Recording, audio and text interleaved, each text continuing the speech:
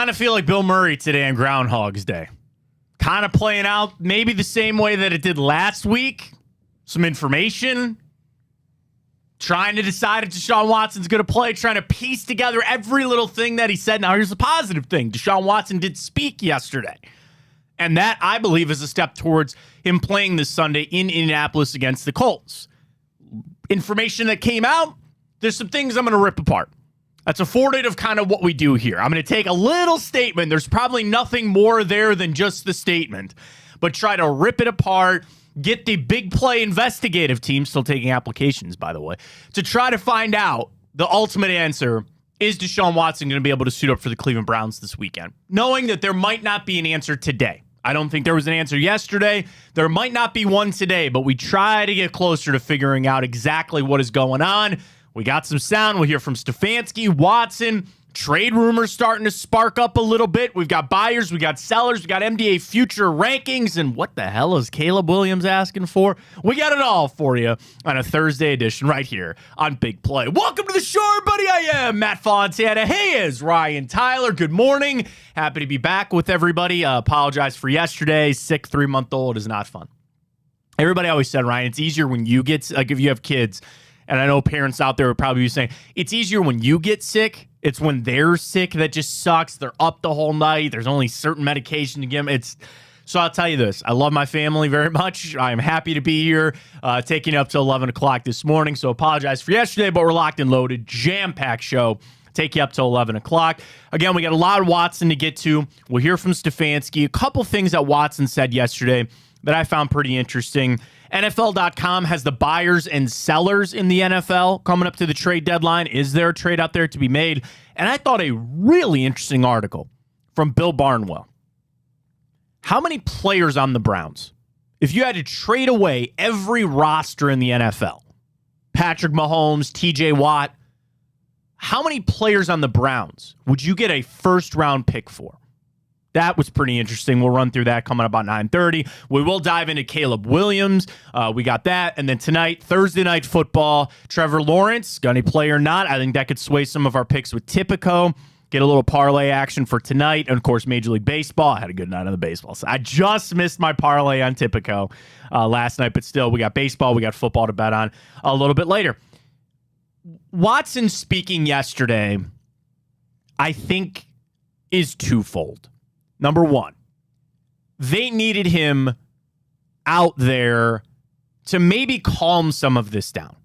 And as we've navigated, really, Ryan, a month of this, it's been 3+ weeks of missing the Ravens game, the bye week, doesn't play against San Francisco. You know, this shoulder injury, I want it to be easy. I would love for this shoulder injury to be easy and simple. It's not. It's a complicated thing. This isn't, thank goodness, like a torn ACL. You know what it is. You get surgery, you're out. Torn Achilles, even though somehow Aaron Rodgers claims that he's going to come back and play. Do you have Dr. Fauci working? Oh, stop that. Stop it. What happened to no politics? Stop it. That's not a political thing. Isn't he not a doctor? I'm just kidding. Did Dr. Fauci do that surgery on Aaron Rodgers? I'm just kidding. Interesting stuff with Aaron Rodgers. He's out there, man. He's out there. In a good way, bad way, take it for what you want. But it'd be easier if the injury was something you just, people are coming now saying, oh, they should have just put him on IR. And I never understood that because all you gain is a roster spot. And I guess the understanding that he's out the 4 weeks. The issue that I have been facing and battling, and probably as much as the fans have, is you just don't know. In a world where we want to know and you want easy, simple answers, we don't have that. And it's this back and forth on how bad is the shoulder. Then this comes out about exactly what it is. And then Watson speaks yesterday. And I thought him getting out there was more of, we need to kind of calm this storm. Okay, the Browns PR staff are great. I know a lot of those guys. They're good at what they do.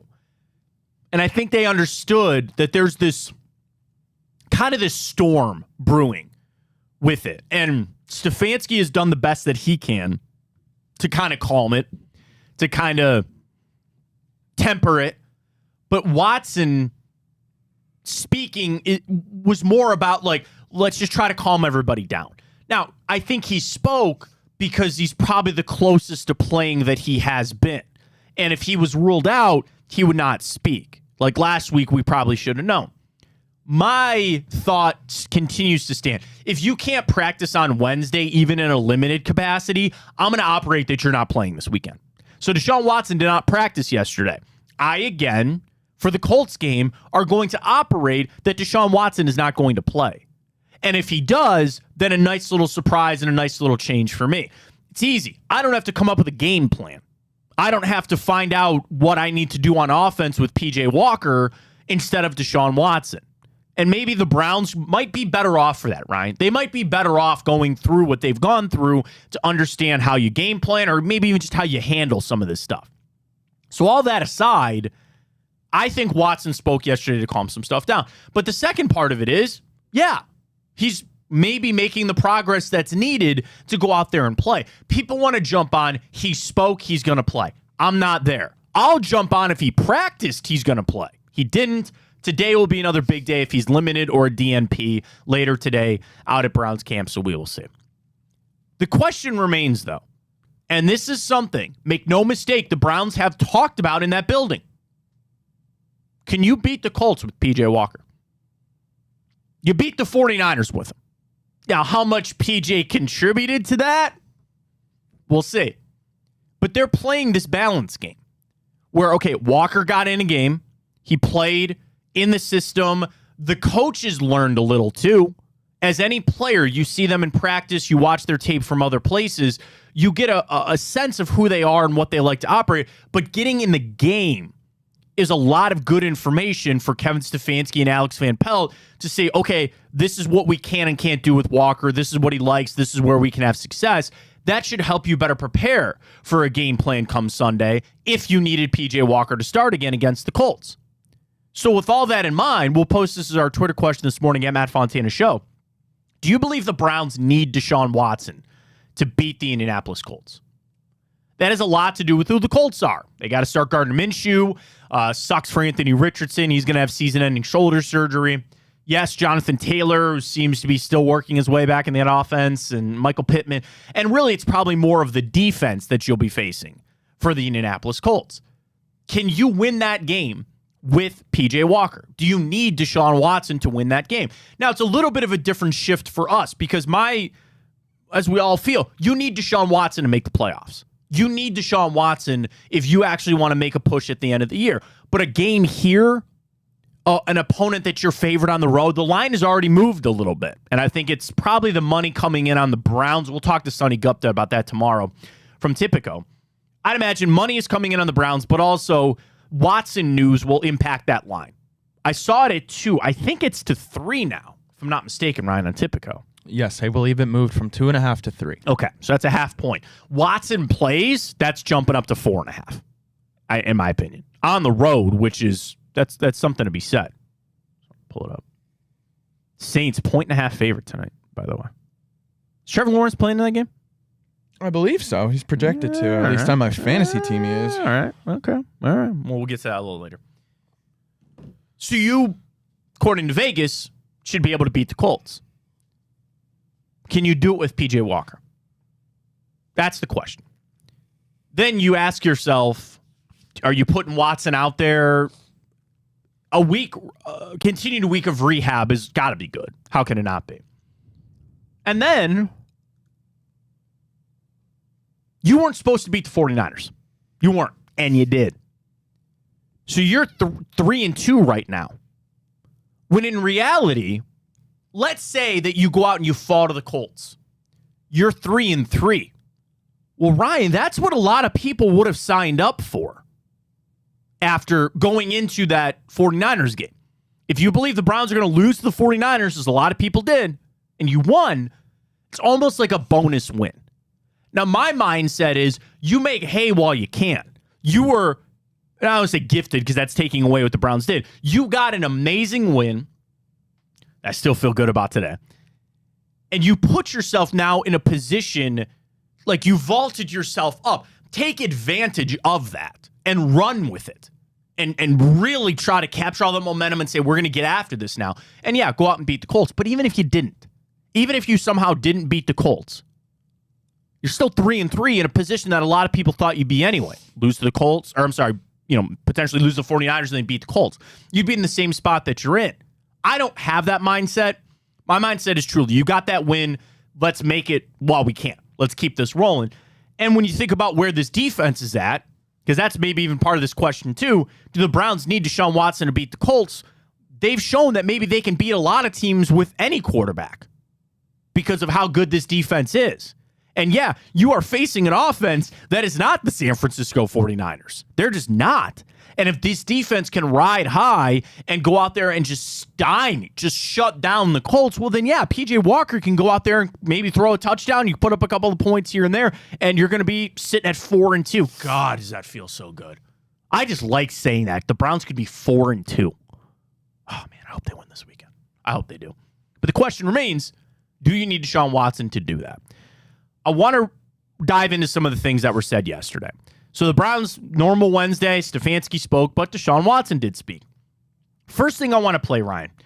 This is a little montage from Kevin Stefanski. And I understand that it's a little hard to hear because you hear the reporters saying things. So what I'm going to do is, as we go through, I'm going to tell you what the questions were because you can't really hear them, and I just want you to hear Kevin Stefanski's response. So play it, and then I'm going to run back and tell everybody what. So listen carefully to Stefanski's answers, and I'll tell you what the questions were. Here's Kevin Stefanski from yesterday, sound courtesy of the Browns. Correct. Have you seen him throw since last week? Yes. Correct. Do you feel like he's close to being ready? I'm just going to say he's making progress. If he can't practice, would you put him out there Sunday? Yeah, we'll deal with day to day. So we'll update you guys every single day. So the first one was, you're not ruling Watson out for Sunday. He said, correct. Have you seen him throw since the injury? He said, yes. Do you feel like he's close to being ready? I'm just going to say he's making progress, is what Stefanski said. And then the final one, shout out to Scott Petrick. I love Scott. He's the best. If he can't practice for Sunday, would you still put him out there? And he said, we'll deal with it day to day. We'll update you guys every single day. A bunch of non-answers from Kevin Stefanski. But I thought the last one was probably the most pertinent. Well, really, the fact that he has seen him throw, and that goes back to what we've heard. He can throw, but it's from me to this wall, right? It sounds like he can throw 5 yards. He's not being able to throw 15 or outside of the hashes and things like that. And that would certainly limit who you are in an offense. And yeah, you probably don't want to put him out there if he can't throw the deep ball. Next up from Kevin Stefanski. This whole thing about he was medically cleared, and then, and we're going to hear from Watson, they didn't know until Saturday night about the rotator cuff. So the question was pretty much, what's the medical staff's involvement in all of this? Here's Kevin Stefanski yesterday, sound courtesy of the Browns. Deshaun, our medical team, everybody's on the same page. Understand that we're working through this injury. Like I've told you before, we'll continue to be careful and safe and make sure that when he's ready to do his job and he has all of his ability in terms of being able to throw the football, when he's ready for that, we'll have him back out there at practice. But we're going to continue to treat that thing day to day. I've tried to move past that drama of maybe a misdiagnosis or they didn't know until the Saturday before. Like, all that stuff is kind of, I question it. I think I probably just need to move on from it for my own sanity. They didn't know, right? And then, okay, so pull this up, Ryan. This is Watson when he was talking about how they found out about this injury Saturday night before the Ravens game. Here's Deshaun Watson yesterday, sound courtesy of the Browns. I mean, we didn't figure out until that Saturday, the day before the Ravens game. So, all week it was just swelling, bruise. And then once the swelling can go down, that's when we got the MRI, and the MRI came back, and we found out Saturday evening, it was a rotator cuff. And usually you sit out, but, I told, the people, the medical staff as a whole that, we'll see what happens, Sunday morning, and let's try to get there early and work out. And we did that, and, we couldn't go. Sound courtesy of the Browns. Give Watson credit for that. Okay, he showed up and he tried to go. There are people, and I'm sure WebMD doctors out there, that you wait for the swelling to go down on the MRI. That is kind of a frustrating part of it. And we've moved past it. We're beyond it. So now you move forward. But Ryan, I'm going to be critical for a minute here and say, how can I I just have to say this. I feel like they mishandled that, so how do I feel like they're handling this moving forward? You know what I mean? And that's unfair because, as Watson said, we had to wait for the swelling to go down. You can't do an MRI when the swelling's up like that. We got the information. We tried to move through it. But then I sit there and I'm just like, you know, I'd like some concrete answers on this moving forward. I'm sure they all would. I'm sure Watson would. I'm sure Stefanski would. You want the concrete answers, and maybe they're just not there. And you can't find them because it's not as simple as it's a broken arm. This is an injury. It's a muscle. It can respond one day. Maybe the healing is going slow. It seems to be really internal on his shoulder. Maybe that's a hard area to treat. I don't know. But the Saturday thing was like, okay, well, if you didn't know exactly what it was, you've kind of slowed the process, right? Because if you couldn't identify it right away, then you slowed it there. Maybe the treatment wasn't exactly what you needed. I wasn't there. So that's all things we don't know. But I'd be nervous. I'd be lying to you if I said I wasn't nervous about how they're going to approach this injury moving forward. More from Watson. First up, will you practice today? That was yesterday on Wednesday. Here's Deshaun. It just depends on the medical staff. So we're out there, this media stuff and go through our treatment stuff. We'll see where today goes. Depends on the medical people. Wouldn't it depend on Watson? How you're feeling? I don't know. That was interesting to me. And I think it's probably a conversation. This is how I feel. And then the medical people, okay, yeah, let's give it a try, or let's kind of move from there. Like, there's always these conversations that are going on. But I thought it's pretty interesting that he said that. It's up to the medical people. Because then we get back into the minutia of he was medically cleared, and this isn't a pain tolerance thing. I don't know. Final one. Watson, do you think you're going to play on Sunday? I think so. It just depends on, the process of, the medical stuff and the treatment and the rehab that we're doing day to day. So, it's up in there for sure. Him saying I think so is probably the closest that we've had in weeks of any sort of declaration on if he's going to play or not. I think it's Watson obviously wants to play. And he's going to push. And I don't debate that. I don't doubt that he is doing everything that he can, that the medical staff is doing everything that he can, and you're trying to find your way through this. But there's got to be some hope. There's got to be some sort of belief in him that he can go. Then the ultimate question, which comes back to our question this morning at Matt Fontana Show, do you think that the Browns can beat the Colts without Deshaun Watson?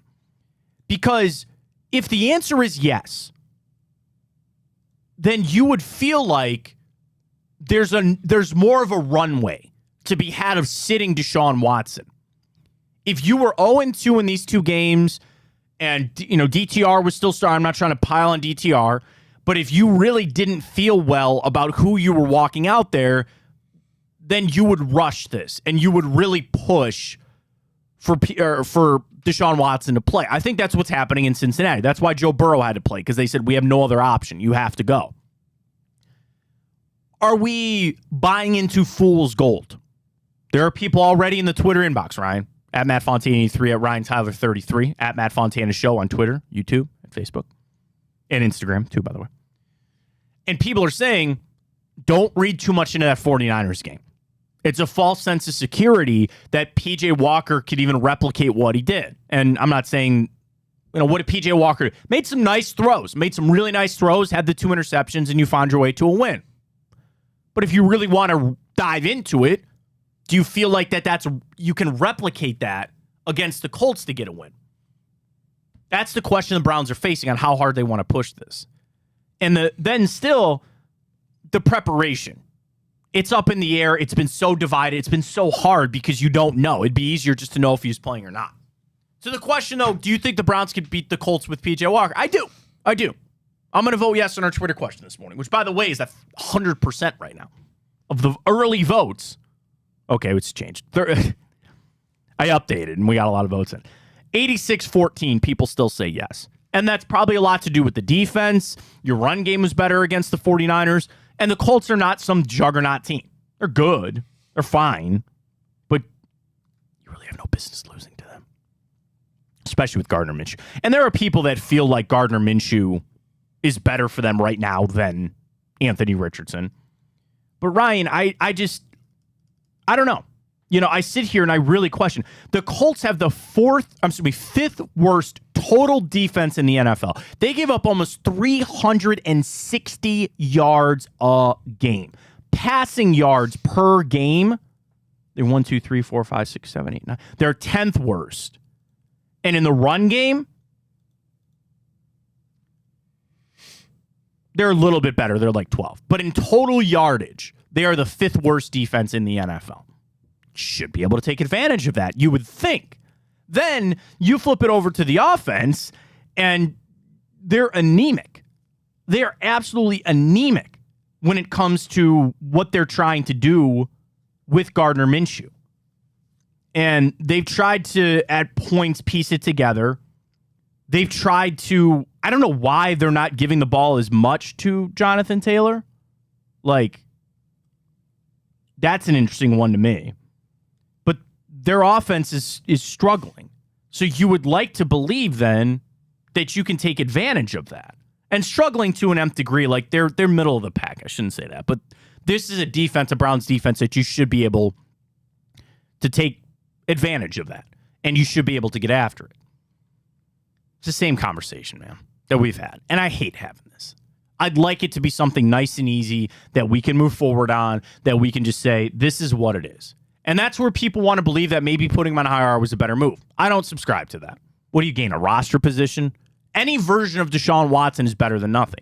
And don't forget, whenever they do clear him to play, it's not like he all of a sudden has a clean bill of health. It's not like he goes out there with a brand new shoulder.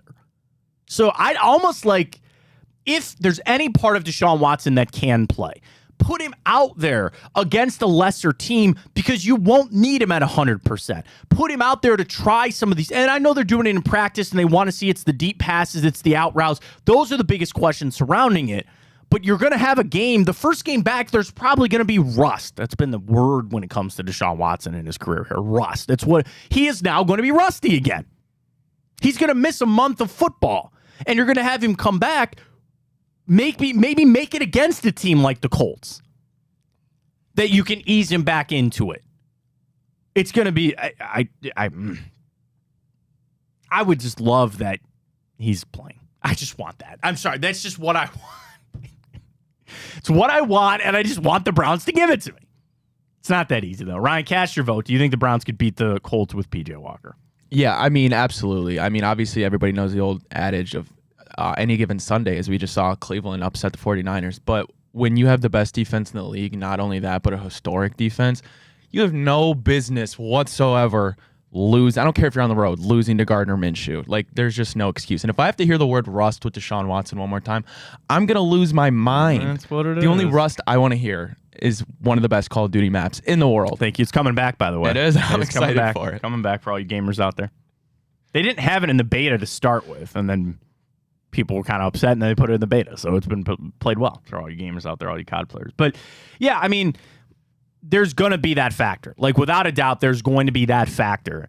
And I'd like it to just kind of ease it back in against the Colts. I think that'd be the easiest thing to do to try to see. So, of all the sound, of all the things that we heard from yesterday, I want to say Deshaun Watson is going to play this weekend, but I can't because he didn't practice. Now, if he's limited in practice today, I think that that's going to be a big step. Wednesday's a huge day. Don't get me wrong. I will say this again. If he doesn't practice today, he's out. He's out. Remain to be seen. I will leave that door open for right now. But if Deshaun Watson does not practice later today in Berea on Thursday, even in a limited capacity, the Browns are going to have to rule him out for Sunday. And we'll have to go with P.J. Walker. So far, people feel like we can still get that done. All right, let's catch a break. When we come back, we have a lot to get to. We'll update our Twitter questions and a little bit of trade out there as we're approaching the trade deadline. NFL.com, the buyers and sellers in the NFL. Should the Titans move on from Derrick Henry? What players are on the block? Saquon Barkley, who's Minnesota potentially trading. And then, who should be buyers in this trade market? Are the Browns on this list? I will tell you that when we return. And then Bill Barnwell with a really interesting article this morning. If you had to trade every player in the NFL, fantasy draft, you ever do that on Madden? I did that one year, Ryan, where you just take a team and you just do a fantasy draft. Which players on the Cleveland Browns would warrant a first-round pick? Maybe not as many as you thought. I'll tell you that list coming up. And we got to dive into this Caleb Williams story that came out yesterday, which I think is just... I have a pretty strong take on it. And it's going to be borderline old man, get off my lawn. But we'll get to Caleb Williams coming up. The brackets. I know we didn't have a show yesterday. I apologize, but we still ran with groups 3 and 4. And let me update everybody on that. So we're doing your favorite pop, soda, whatever you want to call it. We're from Cleveland, so it's pop. And groups 1 and 2 already went. Dr. Pepper pulls the upset on Pepsi. Not even close, Ryan. 46% of the vote for Dr. Pepper. Coca-Cola took down group 1. Now, groups 3 and 4, Sprite has a semi-comfortable lead on A&W Cream Soda, Orange Crush, and Hawaiian Punch. And then Mountain Dew threatening the upset on Diet Coke in group 4. You're not happy about that. I'm sick. Diet Coke was your vote? Matt. I'm sick. Well, we got 2 hours left to vote. We're about an hour and a half left to vote. We'll cast it. We'll get the finals a little bit later. We got our bets for Thursday Night Football, baseball, timeout, and the morning update. We got you covered right here on Big Play. Speaking of our bets later, get signed up with Tipico, folks.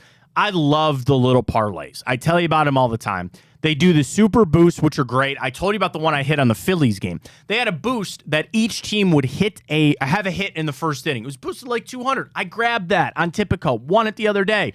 I love these little 3-leg parlays. Take a player prop. So for tonight, Thursday Night Football, Josh Allen, the defensive end, to record a sack and the Jags win. That is plus 400. How about this? Chris Olave or Michael Thomas to score a touchdown, and the Saints win.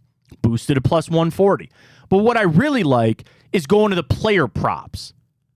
Derek Carr, over under 237 yards passing.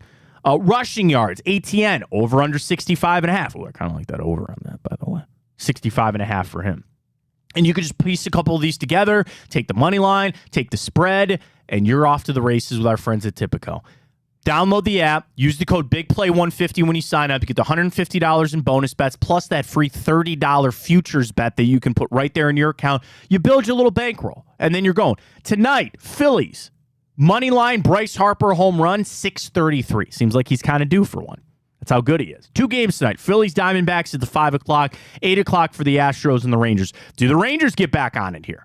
Are they able to get it done? I love betting with Tipico. And last night's a perfect example. Do I really have interest in that game? No. But I put $5 in it on a little parlay action. I just missed, but that's okay. Gives you something to watch. Tipico, download the app, use that code BIGPLAY150. All right, when we come back, trade stuff around the NFL. We'll dive into Caleb Williams. A lot coming up. Matt Fontana Show right here on Big Play. We'll take you up till 11 o'clock. Twitter, YouTube, Facebook. We're streaming live on the iHeart app. As always, back right after this.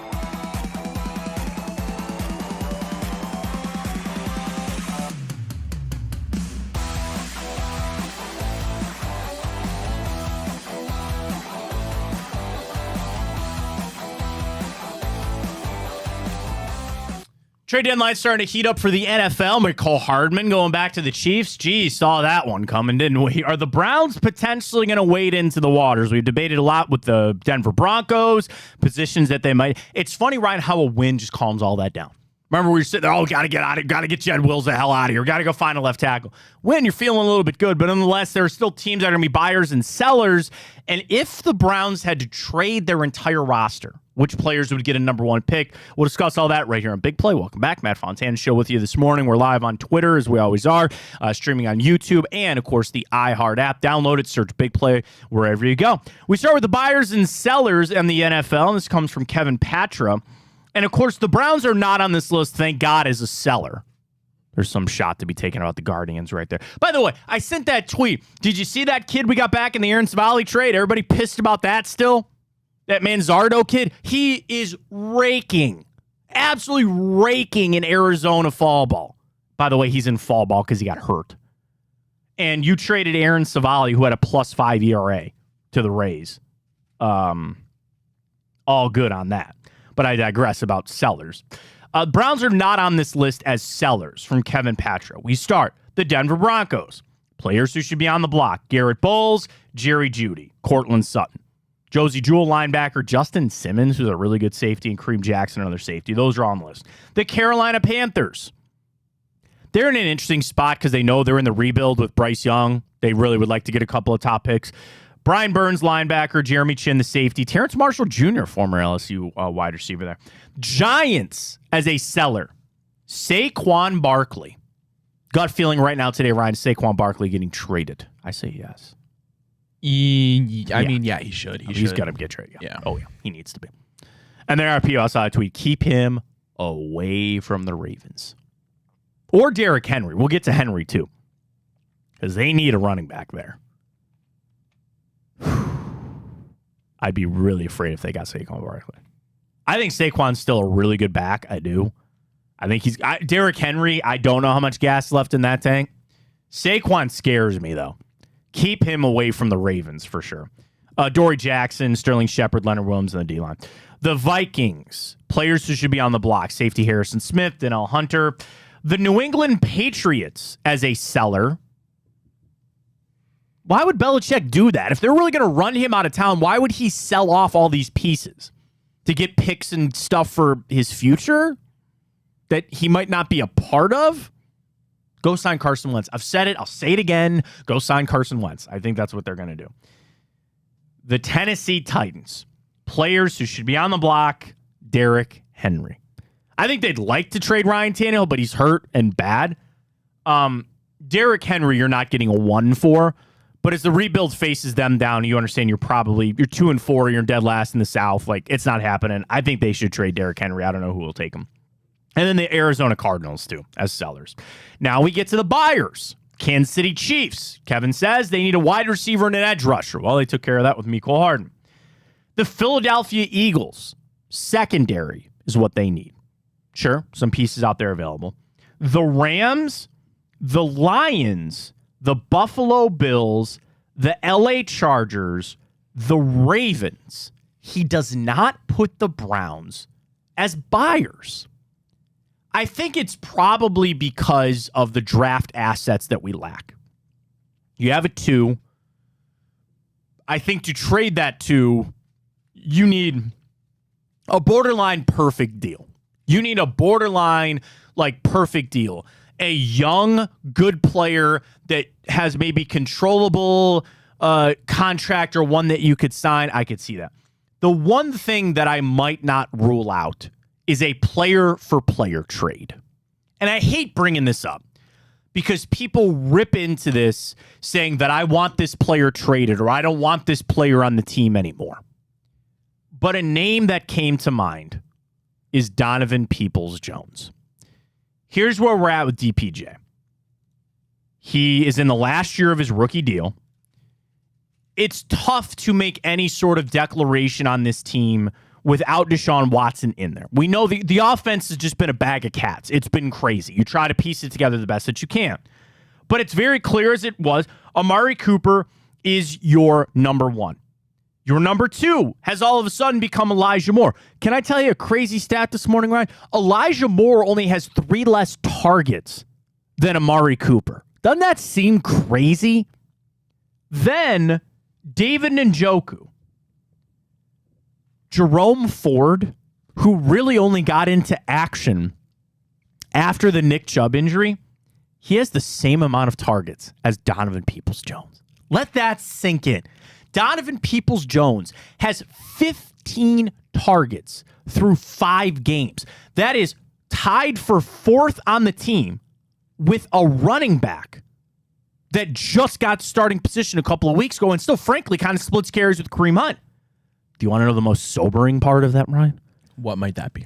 He only has 6 receptions on 15 targets. Donovan Peoples-Jones, 6 through 5 games. Can I put on my conspiracy theorist hat? The big play hat's too far away, so I'm not going to get it.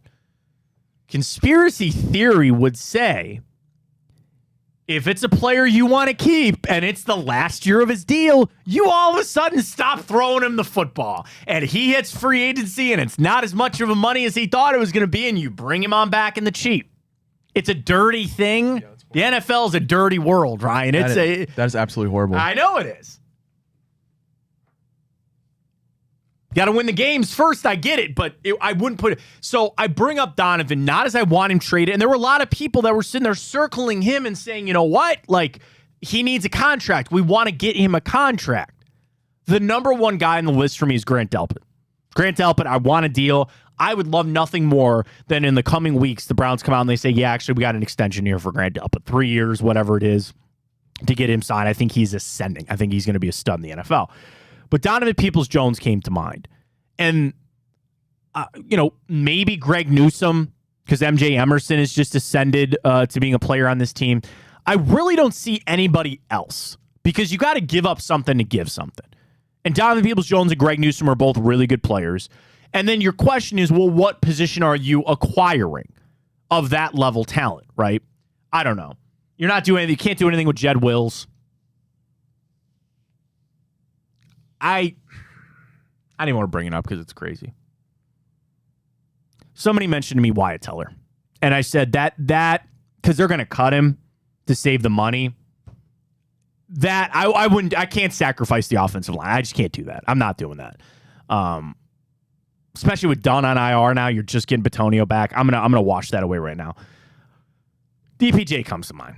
So I think the Browns are probably not on this list of buyers just because of their draft capital. But I think there are a couple of players on this team that potentially you could see a player-for-player swap. And we know Andrew Berry, he doesn't mind doing those. Sometimes those are training camp moves. You move on from Mac Wilson to get Chase Winovich just because both players are probably going to be cut. You kind of move on from there. So I'm not saying, like, if I had to pick, it's clear the Browns would be buyers. I just thought it was interesting that Kevin didn't put him on his list here. Then we flip over to Bill Barnwell. I really enjoyed reading through this. So Barnwell did basically trade tiers, but he went team by team, all 32 NFL teams, and which players would demand first-round picks. The Buffalo Bills, Josh Allen would require multiple first-round picks. Stephon Diggs would be one first-round pick for Tua. Tyreek Hill, Jalen Waddle on the Dolphins. Tell him in the AFC East. Christian Gonzalez is it for the Patriots. Sauce Gardner. He thinks Sauce Gardner is worth 2 first-round picks in today's NFL. I get to the Cleveland Browns. He only has 1 guy worth a first-round pick, and it's multiple, and it's Myles Garrett. Garrett is the best player on the best defense in football right now. He's been remarkably consistent since entering the league. And really, the only thing that kept him out, the Mason Rudolph thing, was a high ankle sprain that he suffered back in 2017. He plays, he fights through the injuries, and he's racked up double-digit sacks in each of his first 6 seasons. Also, he is getting paid $25 million per season, which usually would deter a team from significant trade value, but Garrett's production and position make him an outlier. So he thinks 2 first-round picks. And again, this is just a hypothetical world. We're not trading anybody. But if some team came calling, it would be a requirement of 2 first-round picks. Is that crazy, Ryan, that you think Myles Garrett would be the only, not that he's getting 2, because we all know that, but that Bill felt like he was the only Browns player that really deserved a 1 on this team? No, I agree with him. I mean, let's talk Watson then. Okay. contract. And that's what Bill says. This is Bill Barnwell's words. Would the Browns accept a 7th-round pick if a team was willing to take Deshaun Watson's contract off their hands? Jesus. How sad is that? No, absolutely not. Those are Bill Barnwell's words, folks. Not mine and not of young Ryan's. He said, would a team give a 7th-round pick to take Deshaun Watson's contract off the Browns? Now, the question is, will the Browns listen to that? Absolutely not. We're just, that SI, what pot, and we're just stirring that bad boy on up. Come on up with your bowl. I'll ladle some crap in there for you. Just stirring the pot. I also agree they would not do that. They ain't getting their picks back. They ain't going Sonny Weaver Jr. getting their picks back. So that's not happening. He said, again, Barnwell, would the Browns take a 7 just to get Deshaun Watson's contract off the books? He goes, that could be an article in its own right. He said, but it's clear Watson's deal is seriously underwater and the 28-year-old quarterback has no trade value at the moment, even with this mysterious shoulder injury. And then he said the other problem with Nick Chubb is his value was devastated by the knee injury. I'd say he's devastated by a running back thing. It's not that teams are deterrent of taking a running back with the 1st-round pick. It's the money that they want to be paid. So, and Nick's paid fine as a running back, and I've said this, I want Nick Chubb to end his career at the Browns. Even if it doesn't make financial sense one day, I'm fine with signing him to a deal. I want him here forever. But for another team to acquire one, same thing. Where you have 2 elite running backs on the market. Saquon Barkley and Derrick Henry can be had. And I would put good money on Typical on this, that if any team called them and gave them a 1, they're out of there. They don't have to think about it. They're out of there. Teams aren't going to do that because you've got to pay them and then also the draft capital you're giving up. So I think we'll see running backs continue to be taken in the 1st round. Gibbs and Bijan Robinson that we just saw. You'll see the running back, I'm ashamed to say I've seen some mock drafts out there, which I think is just crazy because you don't know the draft order. But on some of the mock drafts I've seen, first off, 5 Ohio State guys in the 1st round. 5 is usually what I'm seeing. Marvin Harrison Jr., Denzel Burke, the corner, Michael Hall, Emeka, and then one other. Probably not JT. No, not JTT. Travion Henderson. The whole reason I brought up running backs, Travion Henderson. And one of the linemen, I think. I can't remember. But anyway, I was going to bring it up to say most mocks I've seen, Travion Henderson and then the kid from Michigan is Blake Corum. Yeah. They probably will be 1st-round picks as running backs. So it's like they don't mind drafting him, but I don't think they're going to trade for him is kind of my point here. So I think Nick Chubb's knee injury and then also the position that he plays is probably Bill being right on the 1st-round pick. Then he brings up Denzel Ward because you would sit there and you would think a team would give up a 1 for Ward, would he not? Expensive, struggled with injuries and inconsistency. And I like Denzel. I think he is a true number 1 corner. I'd probably lean to say yes. I don't think anybody would give up 1. No, I agree. And then 2 young guys that Bill Barnwell brings up. Martin Emerson. Can we just stop right there for a second? On a 3rd-round pick that he's even being discussed as somebody would call. What a find for Andrew Berry. He also brings up Grant Delpit. I would trade a 1st-round pick for Grant Delpit because I love me some Grant Delpit. I really think he is on the precipice of being an all-pro consistent safety in the NFL. Yeah, I would say the only person besides Miles that would even be in the real discussion that I would consider would be Delpit, but I still don't think he would be. And at this point, he's still on his rookie deal. Yeah. Like, he hasn't shown quite that much, had to overcome the Achilles injury. I want nothing more than for the Browns to sign him to an extension on the way out the door. Or on the way out the door of the season. Like, I would just love it. Don't even let him hit free agency. He probably won't do that. He wants to see his value and all that. But, man, I would love if they could sign Denzel Ward. Grant Delpit. Obviously, I don't think the Browns would do it, but do you think if Nick Chubb didn't get hurt, he would be a 1st? Yeah, I do. Yeah. Yes, I think Jonathan. Well, here's the thing. Nobody called for Jonathan Taylor. They said that's what they wanted. It's just, yeah, I mean, The only one is It's Christian McCaffrey. That's the only like that. It's And just- here's the that's funny the thing. life of running backs. Right, and they didn't even give up a 1 for him. Yeah. And that is like the perfect scenarios we've said and we saw. Christian McCaffrey is impactful on any team, but he is the perfect fit. I go back to doing jigsaw puzzles. You like doing puzzles, right? Honestly, no. Really? Not like puzzle. Like I enjoy puzzles. Like I enjoy mental like stimulation, but not like Sudoku. not like literal like puzzle pieces. So before we had kids, to digress for a second, my wife and I, what we would do, this is a little thing that we started in our basement. So we get on my basement. I love my basement. I have a Batman hallway, by the way. I'll have to have you over. I'll charge you $2. I'll let you go down the Batman hallway. I have a bunch of artwork. I have a bunch of cool stuff. So on the other side of our basement, my wife and I started getting puzzles of places that we have traveled to. And then we put the puzzle together, and then I frame it and I put it up on our wall. That's cool. So we've been to Cinque Terre in Italy. We bought one of those, put it together. Cliffs of Moher in Ireland did that. And then she got me a couple other ones. She got me a Batman puzzle. So what I do is it's fun because you would sit down and you would just like that was our thing. We were basically in our 70s when we were in our 30s. We'd sit down every night and eat dinner, and then we'd go sit at the puzzle table for 20 minutes and talk about our day and then put our pieces together and then eventually be done. We frame it. Kids have since ruined that because I just wait for my son to walk. I'm like, Dad, what's this? Flip the table. I'm like, damn it. You know, these were 1,000-piece puzzles. Anyway, I completely digressed about puzzles because I just sat there. I'm like, damn, I miss doing puzzles. I really do. Christian McCaffrey is that piece you've been searching for. Anybody that does puzzles, you know that one piece where the coloring isn't quite right. It's kind of an odd-shaped one. And when you find it, it's perfect and it feels so good. That is Christian McCaffrey for the 49ers. But he's not that for anybody else. So that's why even if they gave up a 1, I guess the whole point I'm trying to make is this. The 49ers, Christian McCaffrey is worth a 1 because they get a 1 value out of him. I don't think any other team in the NFL would have gotten a 1 value out of McCaffrey except maybe the Chiefs, maybe Philly, maybe. But like, you know, the Texans give up a 1 for Christian McCaffrey. Are they really going to be able to get a 1's value out of him? So I think it's interesting with Chubb. I think he's of a 1 value, but no team would give that up. And the other thing that always comes into my mind about the NFL draft, knowing that teams and GMs, this is their lifeblood, this is their lifeline. Ryan, half the first-round picks don't pan out. Yep. At least half. To a level that you expect. Somebody brought this up with Devin Witherspoon.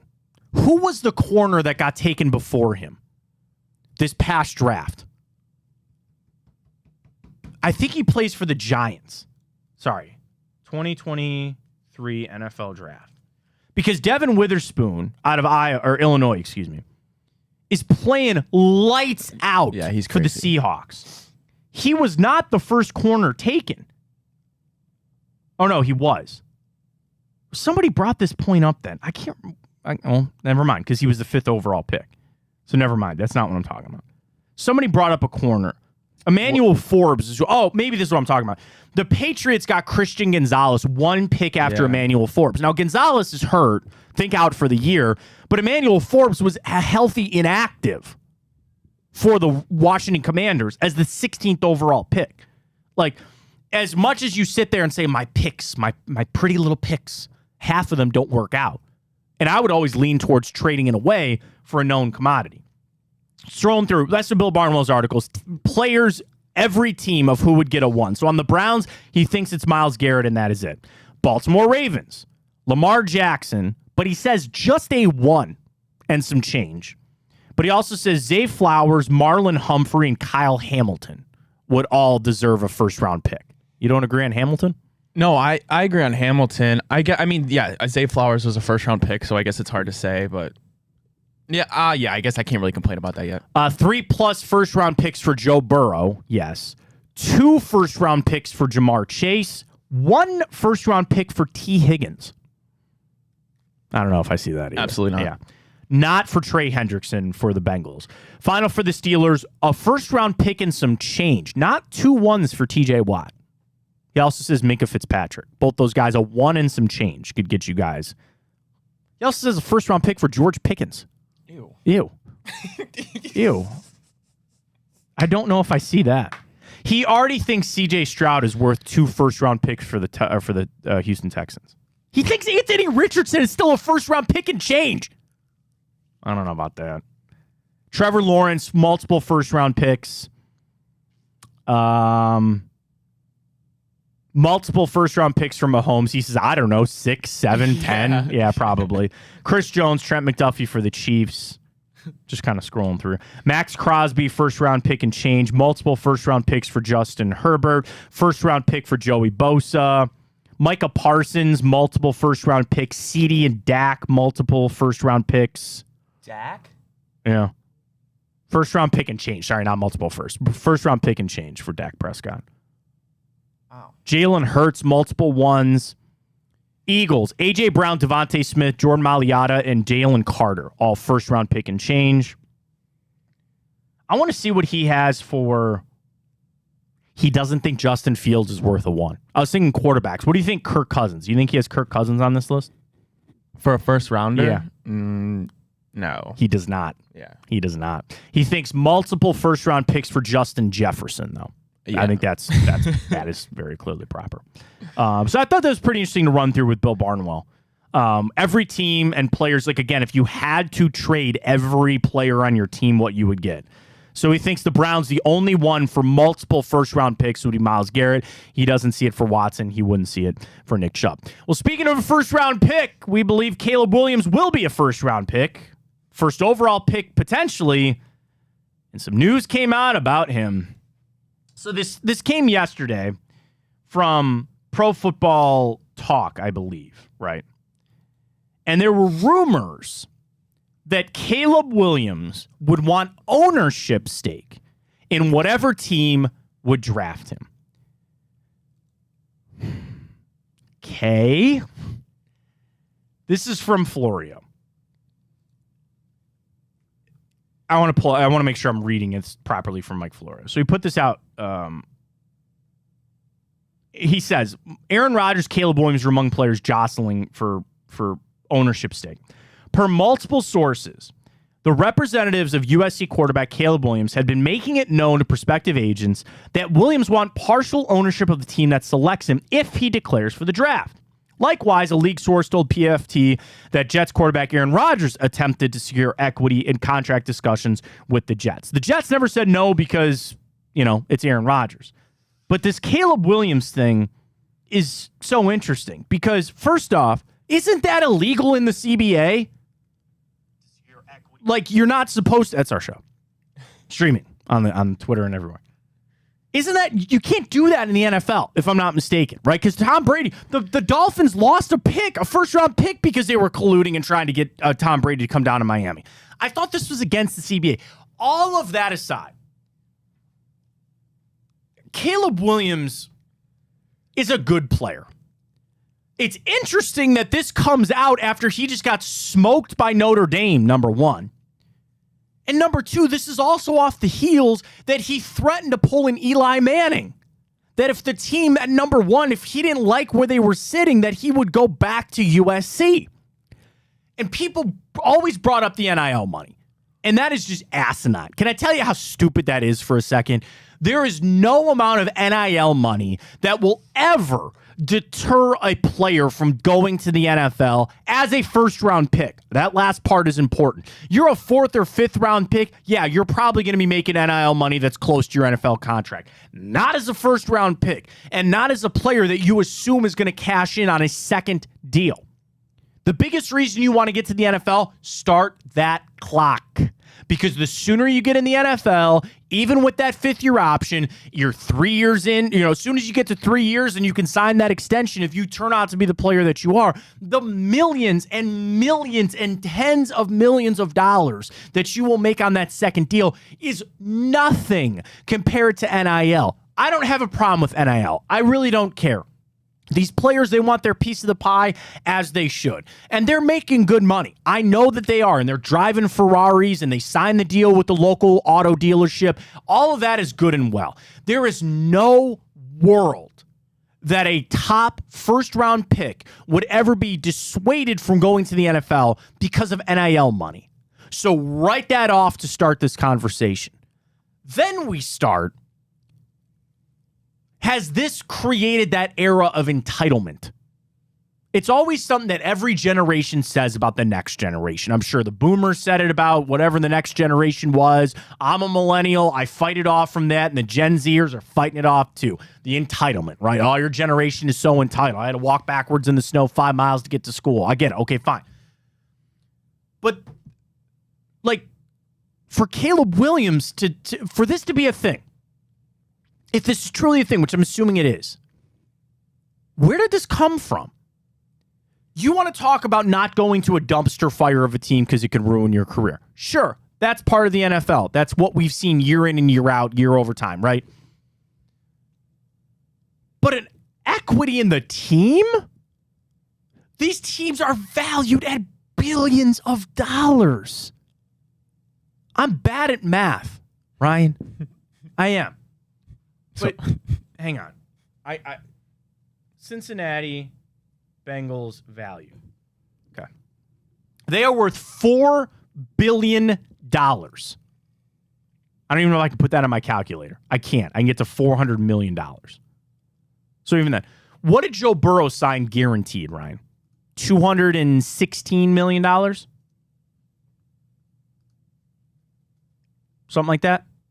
So I'll do $400 million. That's, again, we're a decimal point off. I'm going to do this all wrong. I know that this 219 guaranteed. 219. So I'm going to act like that's 2.1 million. Or no, 21.9. That's 0.5%. That can't be right. No, it's 5%. I'm sorry. I'm right. That is 5% of the team. That is 5%. If Joe Burrow just got this guaranteed money, he would own 5%. It was a lot harder than I needed to make that. I'm sorry. I apologize. He'd own 5% of that team. It's Joe Burrow.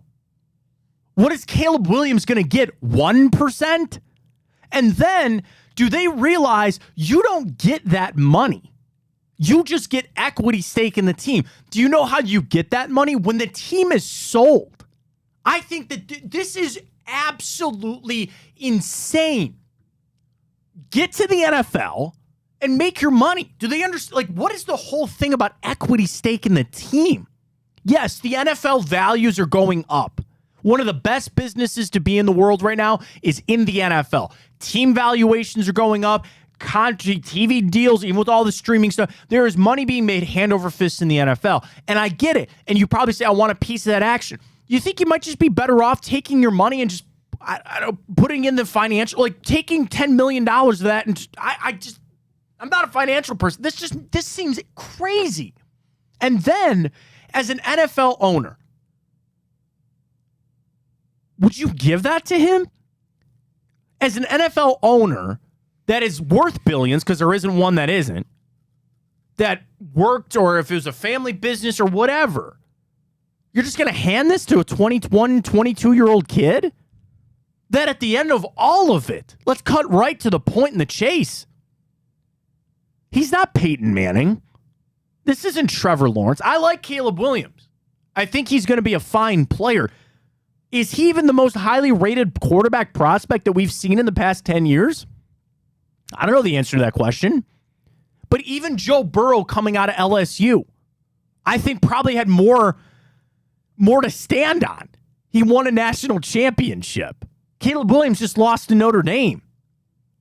I read this and I just was like, and hey man, if that's what you want to do, sure, do that. If I'm an NFL team, that's raising serious questions for me.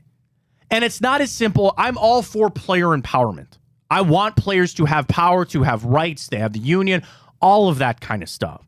But let's talk about the rest of the teams. Let's talk about the rest of the quarterbacks. Guys that have worked hard and have had success on an NFL field. Watching some kid come in who's never taken an NFL snap asking for equity stake in the team? It's not happening. There is no way that is ever going to happen. I guess you don't know until you ask. You have to ask the question. There is no way that is happening. And even with, yes, the CBA, you can't do it. You cannot be a player owner. And that's maybe where it's different of equity versus actually being an owner. I don't know how all that works out. But what does that say to all these other players? Like Joe Burrow, Patrick Mahomes deserves equity stake in the team for everything that he's done to this point. And I know that article came out too, that Mahomes has grand ideas of owning a team one day. That'll never happen. Not by himself. Like even Jordan had to get other investors involved and stuff like that. The amount of money that is being thrown around in the NFL is no player will ever make that. And here's the thing. I believe that Patrick Mahomes will become the first NFL player to make $1 billion. If he's not already, I mean, I'm talking about on the field. Like, I don't know what Patrick Mahomes' net worth.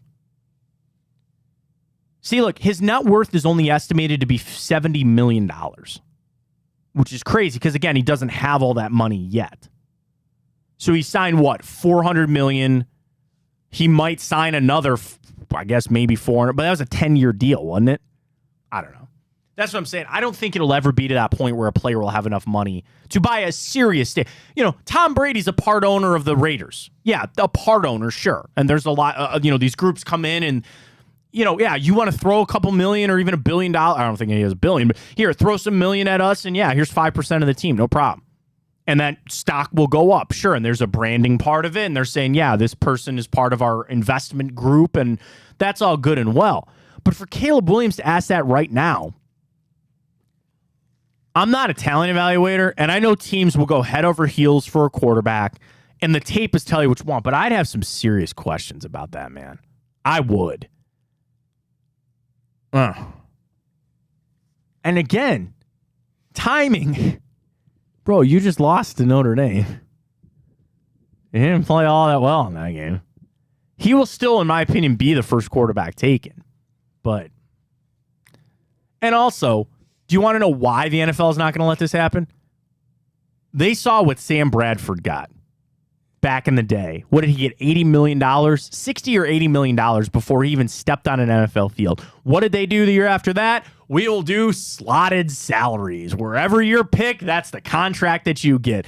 And that passed with flying colors in the NFL because these owners don't want to write not bum checks because they're good for it, but they're writing checks to guys that never pan out. And back in the day, the free-for-all that used to be. Ryan, you're a little younger than me. There was era that you knew he was going to be the pick the day before because all the reports came out that the Rams had already signed him to a deal the night before the draft.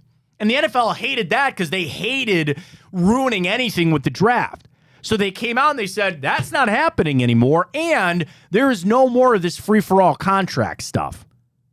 The era of even what Phillip Rivers did. That era, I'm sorry, Phillip Rivers, Eli Manning, that trade. Even that era is done. Because NFL teams will say, sure, you want to go back to school, that's fine. And it goes back to my first point. There's no NIL deal that's worth it. There's no NIL deal that'll become close to slowing down or pushing back a year of your process of getting to the NFL. And then you, again, add the unknown of if this guy is going to be good or not. And they'll just go find somebody else. As irreplaceable as Patrick Mahomes is, as maybe Jalen Hurts, maybe Tua, there's quarterbacks that come out every year. And people get hung up on this. Where they see this elite status, right? These guys, these game changers. But the money is still a factor. Where if you have a player A and player B, and player A is this elite quarterback, the best to ever play the game. Player B is good. He's in the elite conversation, but he costs $200 million cheaper. Almost every team would take the second guy. He's good and he's a little cheaper. Yeah, the race is on to sign your quarterbacks, and they had to sign Joe Burrow. And when you get one, you don't want to let one go. But Ryan, we've discussed this on the show. This might be the healthiest that the NFL has ever been when it comes to franchise quarterbacks. We were trying to find a landing spot for Kirk Cousins and couldn't even do that because that's how many good quarterbacks there are in today's game. This is not something where there's only 2 or 3 guys and then there's everybody else. There are probably there are double-digit teams out there that feel like they have a franchise quarterback. So Caleb Williams to them doesn't mean anything. And I'm not saying that, I don't know, name a quarterback needy team. We did that. Atlanta. Okay. Desmond Ritter's not it. Did you see that stat, by the way? Wide margin in the NFL. Desmond Ridder has had the most turnover-worthy plays in the NFL. You know who's second on that list, though, by the way? Patty Mahomes. A little different there, and people kind of forget that about turnover-worthy plays. So Atlanta. Hey, but Desmond, Go Bearcats. that's my guy. Go Bearcats. The Kelseys. Come on now.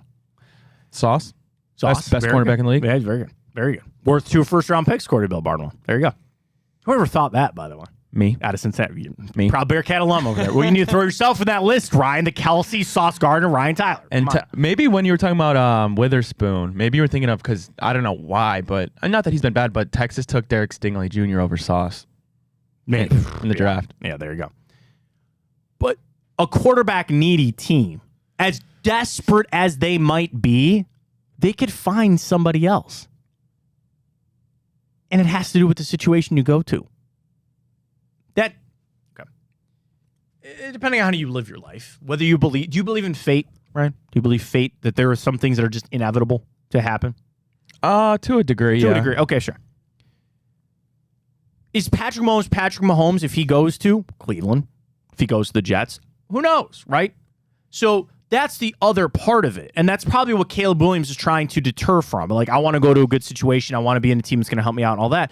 But people think that it's all about, like, this quarter. Like, Caleb Williams is acting like he is the only good quarterback to come out over the next 5 years and that he is God's savior to some NFL team. And I'm here to break it to Caleb Williams. Neither one of those things are true. You are a really good quarterback, and I hope you have a great NFL career. As long as you don't go to one team as the AFC North, great career. But they'll find your replacement. They will. So for him to come out, allegedly, according to sources, and say he wants equity in a team, I think he's hurting his draft stock. I do. As much as these talent evaluators rip apart film and rip apart personal interviews, that will factor in to his decision. Bad idea. I thought that was a really bad idea. All right, we're way late. Let's get to the morning update. Ryan's got a story, all the stories you got to know for your Thursday. We have a champion, a WNBA back-to-back champion for the first time in history. We'll get to that. Twitter inbox is open. At Matt Fontana Show. At Matt Fontana 83. We're up there. Colts. Can the Browns beat them with P.J. Walker? Somebody asked, is the dome going to be open or closed? It's always closed. They don't have a retractable roof there. I love Lucas Oil Stadium. It's one of my favorite stadiums in the NFL. Fun times on Twitter. Gary, it's always closed because it's not a retractable roof. It's got turf, though. Wait for that big debate. Did you see that news about SoFi? They pulled out of the World Cup. They're done because Stan Kroenke doesn't want to change the field. Wow. Well, okay, I'm putting... Allegedly, because the World Cup's coming to the United States, and they're playing, North America. They're playing in Canada, they're playing in Mexico, they're playing all over the United States. And they're using a lot of NFL fields. World Cup has to be played on grass. And apparently they were going to go to SoFi, and now Stan Kroenke, who owns the Rams, he's pulled out, and he said, I ain't making the changes to the stadium that you need. So, well, we got turf on Sunday at Lucas Oil. All right, so we get to all that. We got a lot coming up. Morning update. We'll get our bets for this evening and NBA future power rankings from ESPN. Which team has the best 3 years staring them down the barrel? Where's the Cleveland Cavaliers? I'll tell you all that. Morning update comes your way next. Stay with us.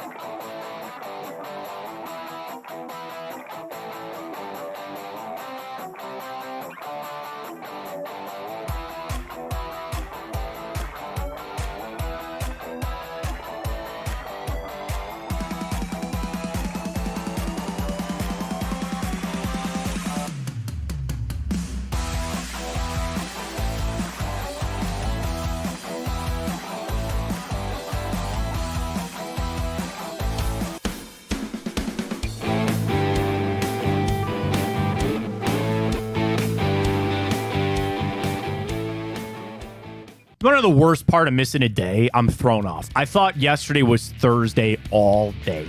I tried watching golf because they're in Japan, so it's like a way late early start. I swear to God, I thought yesterday was Thursday. Today is actually Thursday, though. It feels like a Friday. But nonetheless, Thursday edition morning update right here on the Matt Fontana Show. Welcome back right here on Big Play Stories You Have Got to Know. Ryan, get to him. Alrighty, WNBA, the Las Vegas Aces sweep the New York Liberty in the 2023 WNBA Championship. The first WNBA's repeat champion in over 20 years. How about that?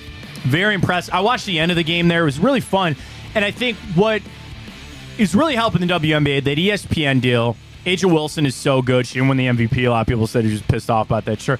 But like the fact that I don't know much about the NBA, but that Breanna Stewart and Sabrina Ascanio were both on the Liberty. I thought they would have smoked Vegas. I had no idea. I'm like, man, those are two star players, are they not?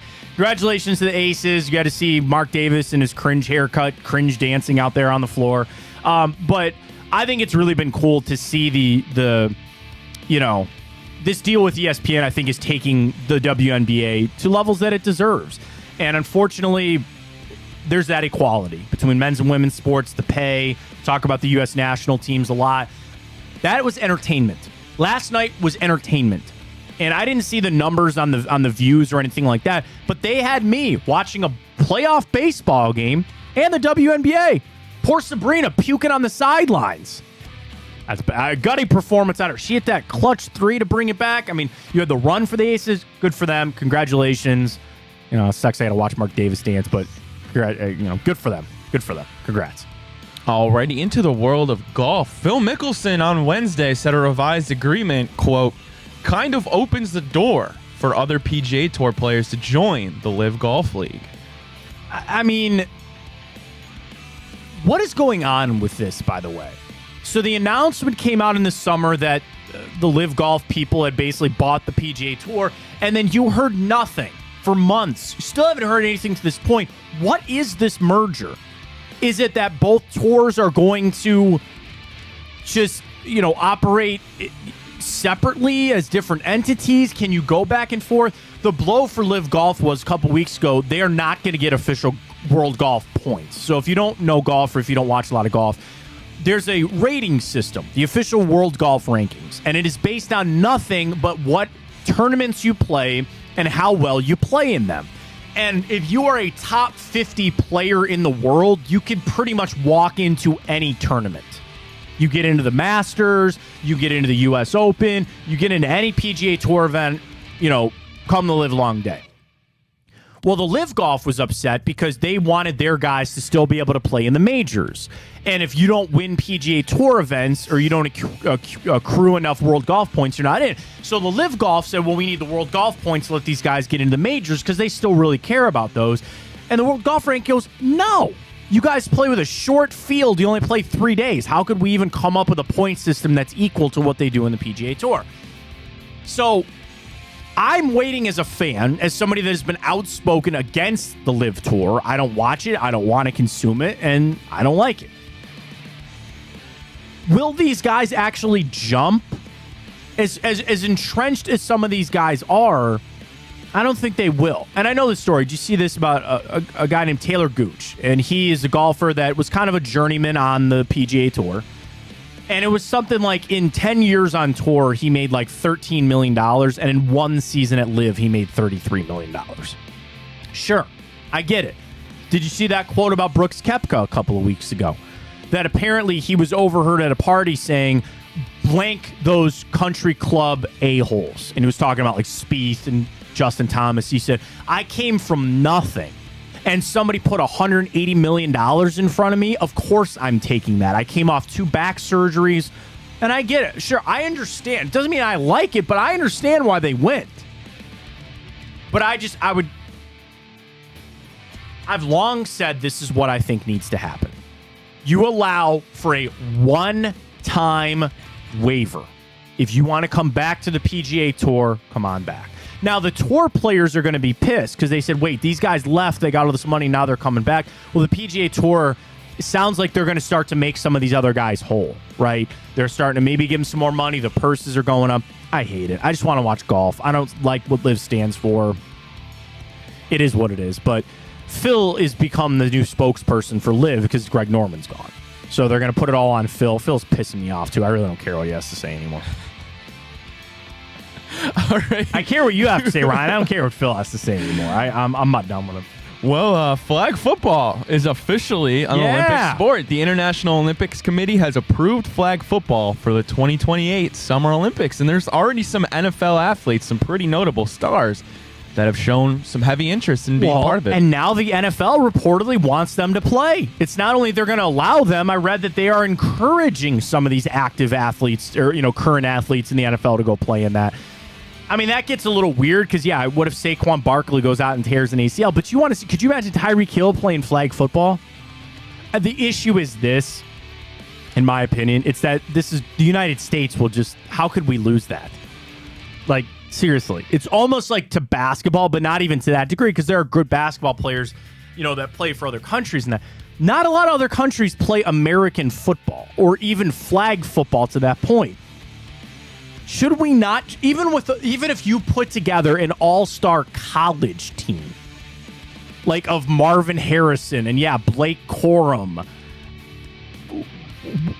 we destroy, would we not? I mean, it'd be insane to see. I'm excited to see it. I like the IOC kind of opening up and adding some more of these sports. I don't say niche sports, but it's certainly a ratings watcher. People will watch that. And I'd love it. I would love it if some of these NFL players got in there and mixed it up. It'd be a lot of fun. But again, I would just assume Ohio State. I would assume the United States would just dominate. So we'll see. Alrighty. Well, we talked about it a little bit, but the Astros finally got a win in the ALCS. They beat the Texas Rangers 8-5. Jose Altuve with a home run in this one. Was he hitless, I think, coming into that? I think he was in this series. They're right back at it today. Houston tie this up. I sense a little bit with the Rangers. Not like, they're at home and they came back in that game, which was solid, but the fact that they came back and then Houston just kept answering back.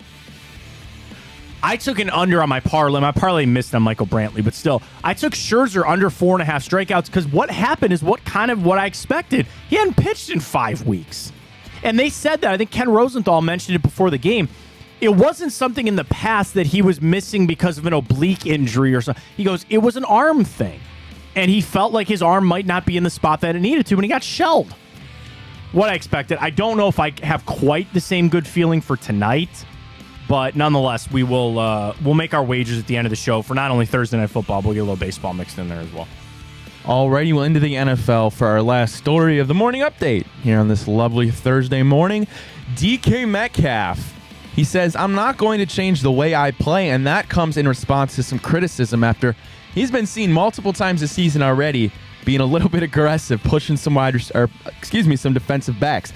DK Metcalf, that is his 5th penalty of the season, and that is number 1 amongst wide receivers. So I guess Pete Carroll has a board at the facility, and he walks in and DK's top of the board for penalties.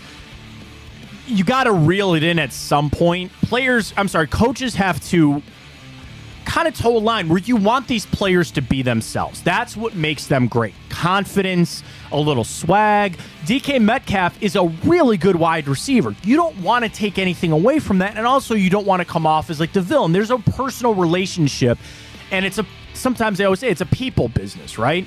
Well, you got to toe that line, but you also got to go to him like, dude, come on. Like, what are you going to do? The issue, the biggest issue of all this now, Ryan? He's now going to be marked as a guy that commits these penalties, and he's going to be watched a lot more. The thing is, DK Metcalf is a physical specimen. A physical specimen. Of course they're going to target him. Of course they're going to look at it a little bit more.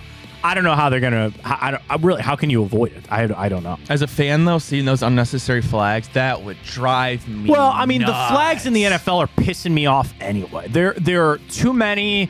You don't know what a flag is anymore. What truly bothers me, and it's just like nails on a chalkboard to me, is when a quarterback gets hit, and what does he do? He looks up and he goes like this to the referee. When there's any pass over 15 yards, what do? The DB and the wide receiver both start looking for flags to get bailed out, whether it's a catch or not. I hate it, dude. I hate it. The quarterbacks are midair. Midair! Oh! Where's the ref? Where's the ref? Flag! He touched me. And just some think- of them, they're not. It's some of them. I just go back to whatever week that was, maybe three. With when Josh Allen sacked Josh Allen. Yeah. Josh Allen immediately. And these are legal hits by the book of what the NFL wants to be done. They're legal hits. They're to the sternum, and they're rolling off of them. It's annoying. The NFL won't do anything about it. I don't know what to tell you. Great stuff in the morning update, Mr. Ryan. Let's get to ESPN Future NBA Power Rankings. So this goes across several different metrics. I think they do this pretty much every offseason. And the Future Power Rankings are projections for on-court success for the next 3 seasons. So all the way until the 2025-2026 season. To do that, they use ESPN Future Power Rankings. Analysts Kevin Pelton, Bobby Marks, Andre Snellings, and Tim Bontemps. They rate teams in 5 categories to come up with a score number. Those 5 categories: players, management / front office, money, salary cap, the market that they were in, which I thought was interesting, and then their draft capital. So then they come up with a score out of 100, I think, is in each of those individual, and then they average it up. So the number 1 team projected by ESPN over the next 3 years, the Boston Celtics. They have an overall score of 78. They believe that they have the number 1 ranked roster over the next 3 years, number 4 ranked management, number 7 market, number 18 draft, where they are struggling. They are second to last in the NBA in money, and that's because they've handed out some Supermax deals. So that's how they come up with that. The player score was a 94, by the way, so then they average it out. So I won't get into all the numbers. But the Boston Celtics, according to ESPN, have the brightest future over the next 3 years. Number 2, the Denver Nuggets. Number 3, the Oklahoma City Thunder. That was going to be my guess for number 1 in terms of brightest future, because Well, guess what they rank number 1 in? future Draft. Well, I mean, individual draft capital. Yeah. Well, I mean, God. They have everything, Yeah, and that's till like 2028. So for players, they're 7. For management, they're number 2. They're kind of down for market, but they're up on money and they're up on draft picks. That's why they have a bright future. Now you got to hit on those picks, and you could trade some of those picks away for players and whatnot. But they say the Oklahoma City Thunder are number 3 in the NBA for the brightest future. They jumped from 23 last year to 3 this year. I mean, think about it. Shai, Giddey, and Chet. If Chet pans out, Shai's already a top 10. No, I'm not talking Shai. Yeah, I'm talking Chet Holmgren. But Shai's already a top 10 player. I wouldn't have drafted Chet, but I like Giddey's game a lot. He's a really good Josh Giddey. facilitator. He's kind of a do-it-all player. And if Chet pans out, I mean, we saw Chet go against it with Wembanyama. Here's the thing. I still believe in Chet. Even if Chet sucks, you got 4 other draft picks to make to try to replace him. No, they'll be some real contenders in the next couple of years, and they should. I think they'll win a championship in the next 7-8 years. Again, 5 years maybe. Well, that'll be the next 3 seasons we're at. Again, future power ranks from ESPN over the next 3 years. Memphis is 4, Golden State 5, Milwaukee 6, Miami 7, the Knicks are 8, Phoenix 9, the Lakers are 10, Sacramento 11, and finally, your Cleveland Cavaliers are 12th in the future power rankings at ESPN. Their scores: players tied for 8th in the league, 65 score. Management, 15. Money, 20. Market, 27. Blank off, ESPN. Mm-hmm. And the draft is 27. They don't have, again, they gave up a lot for Donovan Mitchell. They've given up picks. Like, we don't have a first-round pick to, 2027 or something like that? So I get it. They come out with an overall score of 54. Ironically, this is the same spot that they were in last year. They were 12th last year. They're 12th this year. Right up from Andre Snellings. The Cavaliers has steadily climbed the rankings from last place in 2020 and 2021 up to number 12 this season. The lion's share of their improvement has come with the impressive array of young talent they've acquired. Donovan Mitchell, Darius Garland, and Jared Allen already have all-star nods, and Evan Mobley is still only 22 years old in year 3 after a first-team all-rookie campaign a couple years ago. The Cavs play in a small market and have leveraged draft picks and money to assemble the talent. But they have been a well-run franchise in recent years with upside to move up this list if their young players take the next step and lead them to championship contention. Do you think 12 is fair for the future rankings for the Cavs? My gut instantly says, no, that's disrespectful, right? Let's talk about the lion or the elephant in the room. Yep, exactly. Is Donovan Mitchell going to be here in 3 years? Exactly. If you could guarantee that, I think they're going to bump up that list. But what they're looking at with ESPN is that they have good players. They're maybe down a little on the draft capital and a little down on the money.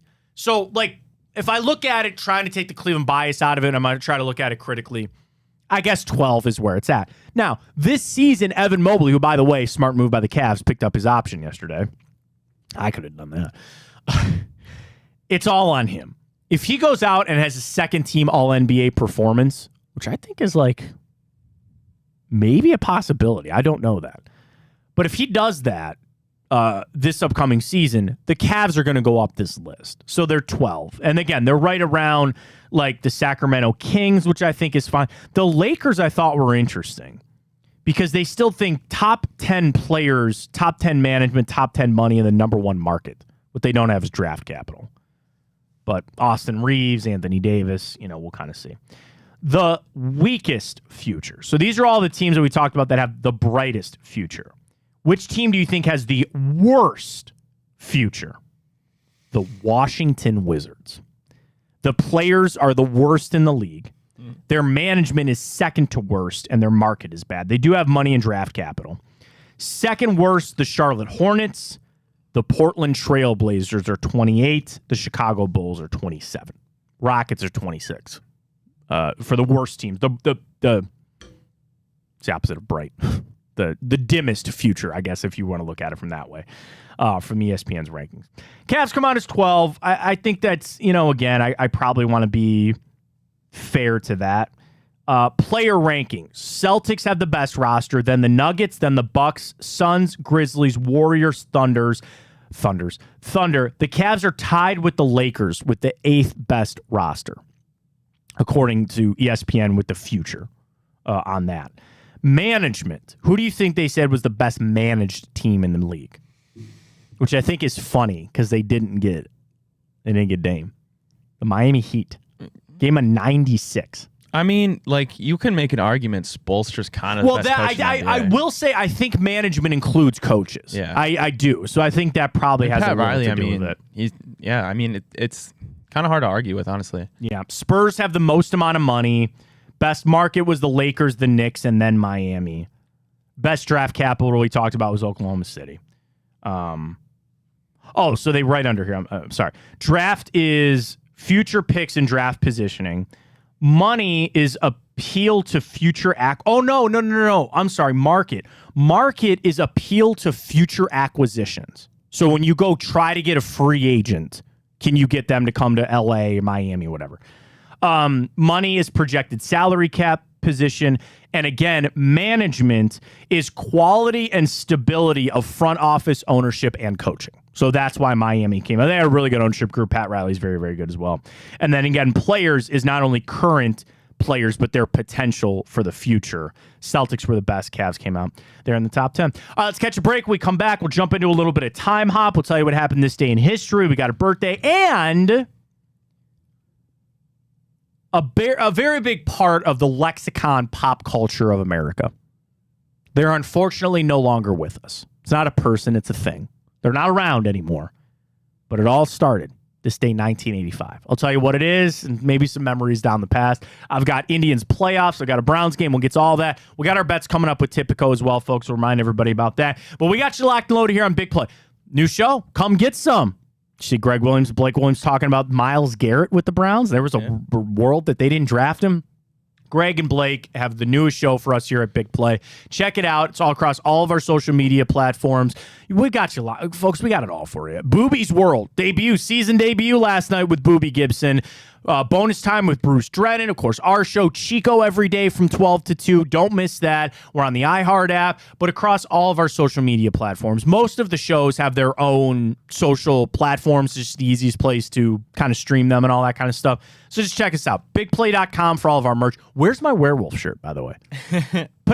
Is Nick here today? I think he's coming in later. I got to get Padone on that. I want one of those werewolf shirts. We got merch for you. We got all the shows that you need. BigPlay.com for all the merch and all our show schedules. And then again, just follow us on social media for all that. Bobby Carpenter, Anthony Schlegel. We got you locked and loaded, folks, every single day. Big Play. Where you want it, how you want it, when you want it. Building something big here with our friends at Big Play. Time Hop, always big, is next.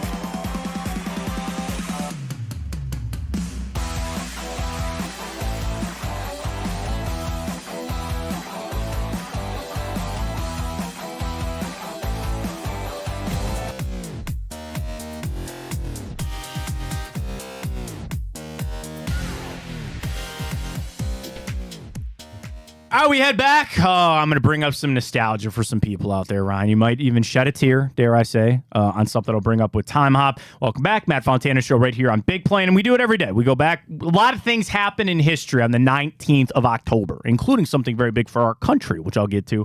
And we go back. Some are sports, some are non-sports. We have some fun with it. Let's see what we got, including this day, 2016. The Indians defeat the Jays 3-0 to win the ALCS. Mike Napoli and an RBI double. Carlos Santana and Coco Crisp go yard with solo shots to get the win. Here's the thing, Ryan. Do you remember Ryan Merritt? Of course. He got the win, 4 1/3 scoreless, only gave up 2 hits, and then after the game, everybody ran to his wedding registry and bought him a bunch of stuff because he was getting married in the offseason. Oh, the story of Ryan Merritt. Where's Ryan Merritt? I'm assuming he's not in baseball anymore. Is he the one? Remember the whole shaking in your boots thing? Who was that? You remember that? No, I don't. They're talking about some pitcher coming out, be like he's gonna be shaking in his boots, and It might have been Merritt then. And then they all wore like the boots as like a joke. Like, he was a 16th round pick and then ended up starting in Game 5 of the 2016 ALCS. It was only his second major league start, as I mentioned, 4 1/3 shutout innings, 2 hits, and striking out 3. He is only one of 2 pitchers in Major League Baseball history to have started just 1 game in the regular season before pitching in the postseason.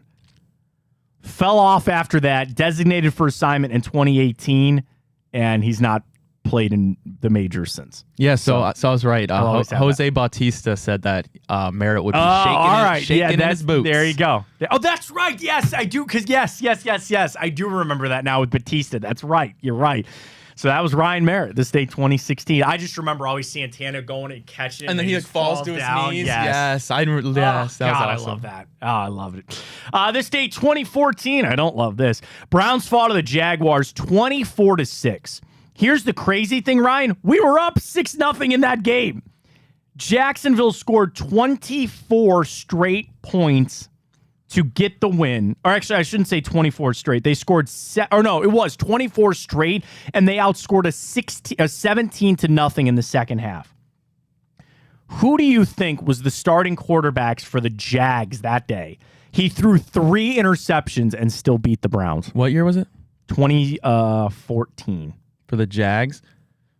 That was before Gabbert. I think it was after Gabbert. Oh, was it a little bit after Gabbert? Yeah. No idea. First round pick, also a failure, Blake Bortles.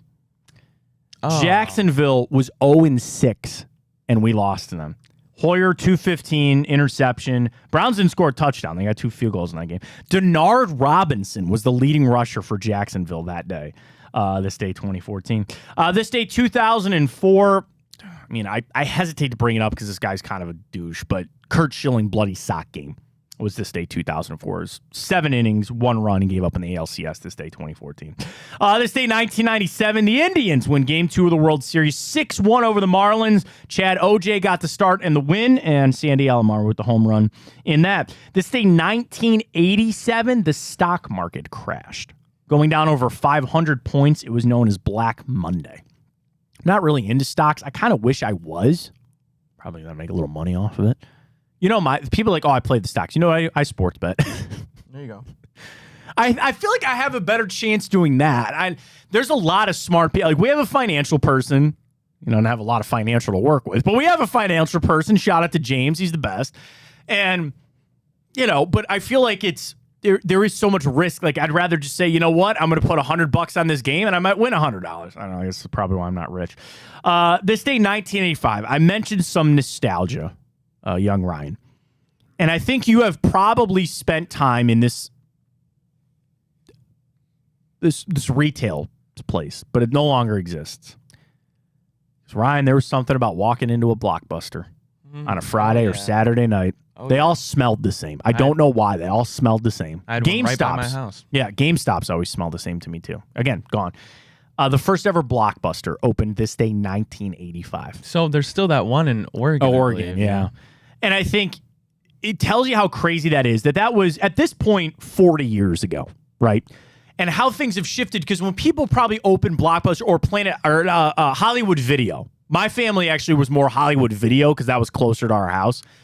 But, like, you would think, oh, this is the future, right? How can we ever not live with DVDs or not ever have people come rent VHS? I remember VHSs. You'd have to walk up, and some of the new releases, you would take it off the shelf, and the VHS wasn't actually in the container. You had to go up and ask for it, and then they give it to you in the Blockbuster, like opening up the plastic, and God help you if you didn't rewind when you sent it back. Dude, the rush. I can't tell you how many times my dad had to run up to Hollywood Video or Blockbuster and throw it in the slot at like 11:30 at night to make sure it was in there for the next morning because we didn't get a late charge. God, times were simpler. God, do I miss that. And then now, did you read the story that Best Buy and some of these other retail spots, they're done with physical video games. They're done with physical CDs and albums and all that kind of stuff. Like, Yeah, I can't tell you the last time I bought a physical game for my PlayStation. It's all in the store. No, and I get people are like, "Oh, you're hurting the resale value." I'm like, "Yeah, when I was 12, I would sell my Madden to my buddy for $5, or I'd go up, dude. I miss the exchange around Cleveland. Shout out to them. I love going in there, and that's more again of the nostalgia factor. I joked with my wife, but I'm also dead serious about this. That I want to start like hoarding some of this stuff because I think life is sometimes cyclical, right? Where there's a time. Hopefully in the far future that I'm still around. And I'm going to want to sit down and I'm going to want to play Pokemon Blue on my Game Boy, right? And I don't know what the future will. And people say, just play with an emulator on your computer. Something about having it. So like I want to go to the exchange and really create I already have like a box. I got my Sega Dreamcast is in there. My Genesis is in there. All my games. I'm like, I just want to go in there and just buy a couple more games. Just ones that I don't have or I lost over time. But Blockbuster, man. Damn. R.I.P. R.I.P. Opened this day. I guess in a way a birthday because it opened this day 1985. This day 1960, the Lakers played their first game as the Los Angeles Lakers. They lost to the Cincinnati Kings 140-123. Ryan, do you know where the Lakers used to play before they went to L.A.? I have heard this, and I don't remember. Because the name of where they played was so apropos. They go to L.A. There are no lakes in L.A., but where they used to be, it made a lot of sense. Because they used to play in Minneapolis, the land of 1,000 lakes. Oh, I remember those throwbacks, yeah. Those throwbacks are great. Yeah. They moved and they never... Now the Lakers are the Lakers. I mean, they're historic. They're iconic. But they started in Minneapolis and moved and played their first day, this day, 1960, in L.A. I mentioned a big one for our country. This day, 1781... The Americans defeated the British at Yorktown, effectively ending the Revolutionary War. Take that! 1781 for you. A very happy birthday goes out to, Indians legend, Mr. Rajay Davis. He can live on that again. Every time he comes. I love, and shout out to, I know it's not in season, but shout out to Bally's. I love when they have the guys come back. Like Kipnis is there. They had Rajay Davis, and I love watching the games with Matt and Rick and Andre. They're the best. But I love when they bring the former players back, man. It's so cool. I know Raj did it once this offseason, or this season. Evander Holyfield celebrating a birthday today. Cavs legend, Mr. Brad Daugherty, making that jump. Joe Gibbs made the jump to NASCAR. Brad Daugherty did as well. It's funny how the world works, Ryan. It's Jose Batista's birthday today. I kid you not. I kid you not. We just talked about him. Jose Batista's birthday today. Former Indians legend to a point, Josh Tomlin. John Lithgow. Now, most people know him from Third Rock from the Sun. Yep. Can I interest you in a little movie called Cliffhanger? You ever seen it with Sly Stallone? I have not. Oh, God. Climbing movie. A young Michael Rooker in that movie. Great flick. I like John Lithgow. And in that movie, he's the villain. He's the bad guy. If you haven't seen Cliffhanger with Sly Stallone, go look it up. Great. I don't know about a ranking or a bracket, dare I say, one day of the best climbing movies. There's what's the one with Chris O'Donnell? Oh God. K2? No, that's not it. Vertical Limit.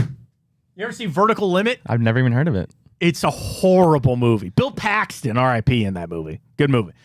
But Cliffhanger with John Lithgow, he's a bad guy, and like they're on a mountain, and Sly Stallone and Michael Rooker have to climb whatever.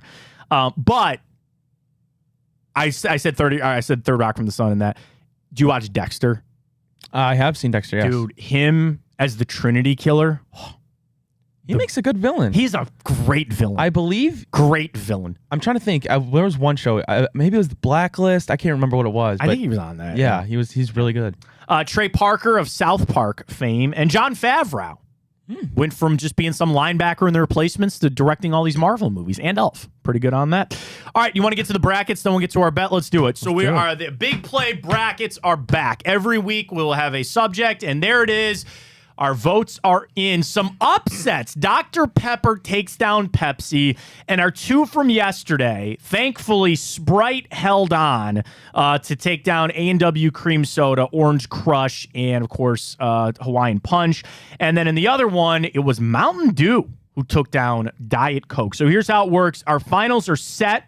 We'll send out the bracket. Mountain Dew, Coca-Cola, Dr. Pepper, and Sprite. Vote on that at Matt Fontana Show, and we will announce the winner tomorrow. I cannot believe Mountain Dew beat Diet Coke. I know Reflog is out there happy, smiling about that. Well, here's the funny thing. Coke actually finished third. Mountain Dew got 40% of the vote. A&W Root Beer got 32% of the vote. Diet Coke was fourth. Or, excuse me, third. That's insane. 22%. That's crazy. Sprite took it down 41%. Orange Crush finishing in second. Hawaiian Punch and Cream Soda rounding it out there. So the bracket will be up at Matt Fontana Show. Vote on that for the finals. Who do you think's going to win, Matt? My vote would be Sprite because that's my favorite, but Coca-Cola, I mean, it's a powerhouse. Yeah. It's an institution, yeah, if you will. I'm a Pepsi person, so the fact they're out, I'm going Sprite. So it was. What about you? I'm going to roll with Dr. Pepper. All right, I like it. Dr. Pepper. Let's get to not our votes, but I guess it's a vote of confidence. For our bets tonight, Tipico, folks, sign up. Use that code BIGPLAY150 when you do. You get the $150 in bonus bets, the $30 futures bet, and you can use some of those bets tonight on Thursday Night Football and Major League Baseball. I'm sniffing a parlay again, but I'll hold off on that. Let's just get to the spreads for tonight. Let's start. Jags taking on New Orleans. A lot of questions surrounding Trevor Lawrence because, Ryan, this line has moved. It opened as a borderline pick'em. Jacksonville favored by 0.5 point. It is now New Orleans, a 2-point favorite. 129 on the money line. Jacksonville's plus 109 with an over-under on 40. I kind of like the 40 over. You know me and the under and usually the dog. I kind of like Jacksonville in this game, but I really, really like the over. Let's get into the trends here. Jacksonville, very good. Not only 10-3 straight up in their last 13 games, they are 10-3 against the spread their last 13 games, but they don't play the Saints well. Jacksonville 0-5 against the spread their last 5 games against New Orleans, and they're only 1-4 straight up in those 5 games against the Saints. Jacksonville is 6-0 against the spread their last 6 games on the road. You flip it over for the Saints, they're not covering right now. 1-5-1 against the spread their last 7 games, and everything tells you to take the under. How about this, Ryan? The Saints have not hit the over in their last 10 games. Under 6 out of the last 7 games at home for the Saints.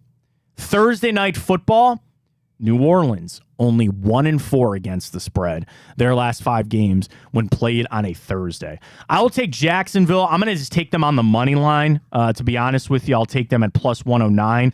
Probably do a separate one too. I kind of like the over at that 40. I think that's down just a little bit. We'll wait to see on Trevor Lawrence, but it sounds like, Ryan, he's going to play tonight. Yeah, so I got an alert earlier, actually. It said they're going to literally wait till basically pre-game workout. Yeah, again. and so it's a game time decision, and obviously that reflects in the line there. Yeah, I think I got to take it while you got it because that line will change no matter what. Let's flip over to some baseball. We'll start with the first game. Kind of an odd start here. 5:07 at Chase Field. It's the Phillies. It's the Diamondbacks. Of course, Philly riding high. I'm taking them no matter what in this game because I think they're just going to sweep it on out and be done with it. But we'll start with this one. Philadelphia, 8-1 straight up in their last 9 games. They are 5-0 straight up in their last 5 against the Diamondbacks. And they are 4-1 straight up in their last 5 games when they play at Arizona. The over is good for them. The over is 4 out of the Phillies' last 5 games, and the over is 5 out of 7 on their last 7 games on the road. You flip it over for the Diamondbacks. They are 5-2 straight up in their last 7 games, and over has gone 5 out of Arizona's last 7 games against the Phillies. Arizona, the Diamondbacks are 7-3 straight up in their last 10 games at home. But again, I think Philly, they're playing to get this done. 1.5 money line. Philly is minus 119. Arizona's plus 109, and the over under is 9. I'd like that a lot better at 8.5. Do I take the Phillies minus a 1.5, or do I just take them on the money line? Money line's only minus 150, and I'll probably just take them on the money line there. To the late game tonight, we start at 8 o'clock from Globe Life Field. A little bit of a shocker yesterday. The Astros keep it alive as they are taking on the Rangers 2-1 in that series. Houston, still the dog. Texas, the favorite, minus 120. Houston is plus 103 in this one. Let's get to some trends. I will start with the Astros. The over has gone 5 out of their last 7 games. Houston is 8-3 straight up against Texas in their last 11 games. So Houston has owned that. Houston is 7-0 straight up in their last 7 games on the road, and the over has hit their last 5 games when the Astros play at Globe Life Field. So the over seems to be the play there, maybe even more than the winner or loser. You flip it over for the Rangers. Texas is 7-1 straight up in their last 8 games. Obviously, that was their first loss in the postseason yesterday. As I mentioned, the total has gone over in 6 out of the last 7 games between Houston and the Rangers. Texas is 6-1 straight up in their last 7 games at home. I think I'm going to ride Houston. I think I'm going to take Houston. I like the Phillies and the over. I like the Astros and the over. That over also set at 9.5. Okay, maybe not. I'm staying away from the over on that. So again, I'll take Jacksonville in the over on Thursday Night Football. I'll take the Phillies. I will take the Astros. A little parlay action on that, right? Can I do that? What do you feel better about for the game tonight? Do you feel better taking Jacksonville or do you feel better taking the over? It's at 40? 40. Up a half point. It was 39. I know. It's a tough primetime games one. have just been so brutal. All right, here, I'm going to go quick on it. I'm going to take the over. I'm going to take the Phillies. And I'm going to take the Astros. Little 3-leg parlay. Plus 590, Ryan. Over on the game, Phillies Astros money line. I'm placing that $10 bet right now. $10 to win 69. That's perfect. I'm in. Great stuff today. Appreciate it. We'll keep an eye out for the Browns a little bit later today to see what the word is on Deshaun Watson. I think if he's limited in practice today, that will tell the story for the weekend. Go vote at Matt Fontana Show for our bracket of the week, and check it out all there. Follow the show at Matt Fontana Show each and every day. We're on YouTube and Twitter and Facebook and all of it. We appreciate the support as we go. We'll fly out here a little bit early today. We got Drennan coming up later today. Chico, do not forget, 12 to 2 every day. Chico right here. Stream it on the iHeart app. Stream it at Chico Borman Show. Actually, Chico, Big Play Chico is Chico's Twitter. He's at Chico Show, right? Big Play Show? I should know that offhand. I follow him. Anyway, follow Chico there. Do it. 12 to 2 with him. We'll talk to everybody on a Football Friday edition. Jake Butt joining us tomorrow, by the way. Big Ten football analyst. We'll get ready for Ohio State, Penn State. Jake's going to join us at 9:30 tomorrow. And, of course, Sonny Gupta with our picks as well with Tipico. So got you locked and loaded for a Friday. We'll talk to you then. For Ryan Tyler, I'm Matt Fontana. And, as always, take it easy.